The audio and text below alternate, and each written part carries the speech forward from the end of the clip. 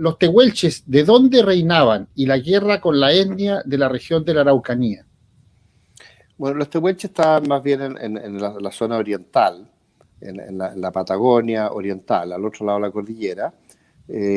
Y bueno, ellos fueron en una época tardía, conquistados por los araucanos, por los mapuches. En el periodo de la Guerra a Muerte, en la época de la independencia, el conflicto tan fuerte que hubo en Chile con los guerrilleros de la Guerra a Muerte, entre los cuales había muchos araucanos, muchos mapuches,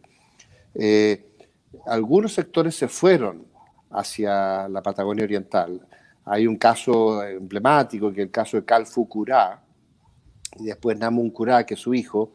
que por ahí, por el año 1820, se fueron hacia la Patagonia Oriental y se metieron hacia el norte, y ellos redujeron a grupos tehuelche y redujeron a grupos pampas y ranqueles, y después en la zona que se llamaba Salinas Grandes, ellos se consolidaron como una especie de imperio araucano dominante, que duró varias décadas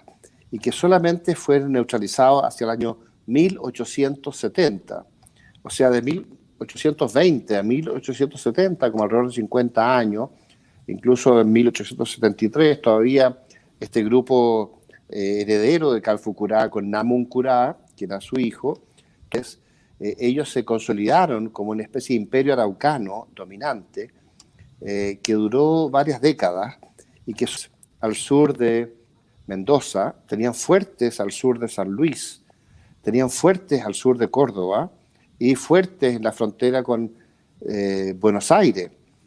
Y Argentina tenía un límite con estos indígenas muy belicosos, después con mucha influencia araucana, cuando los araucanos se impusieron en la Patagonia Oriental, y con muchos conflictos durante décadas, donde los argentinos y el ejército argentino fue muchas veces derrotada. En la época de Mitre, por ejemplo, hubo incursiones hacia el sur donde el ejército argentino fue derrotado por estos indígenas, y solamente el gran avance sobre los indígenas se produjo hacia el año 1878, un año antes de la Guerra del Pacífico, cuando el general Roca produjo este gran avance hasta el Río Negro, o sea, desde los fuertes al sur de Córdoba y los fuertes al sur de Mendoza y de Buenos Aires, a un avance grande hasta el Río Negro. Y no cruzaron el Río Negro porque todavía estaba en disputa esto con Chile, y siempre se pensó, y los argentinos también lo consideraron, que del Río Negro al sur era el territorio chileno. Por lo tanto, solamente en negociaciones con Chile más tarde,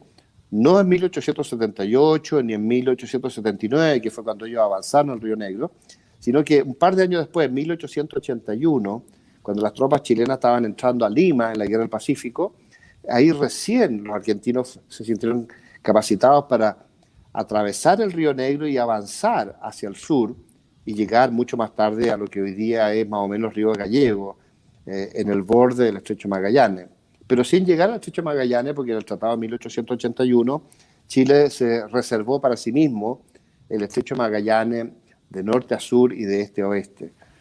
Pero lo que quiero decir es que los indígenas araucanos que penetraron a la Patagonia Oriental doblegaron a una serie de indígenas que había ahí.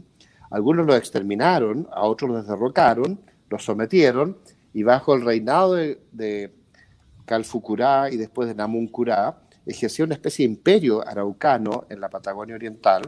que duró hasta 1878.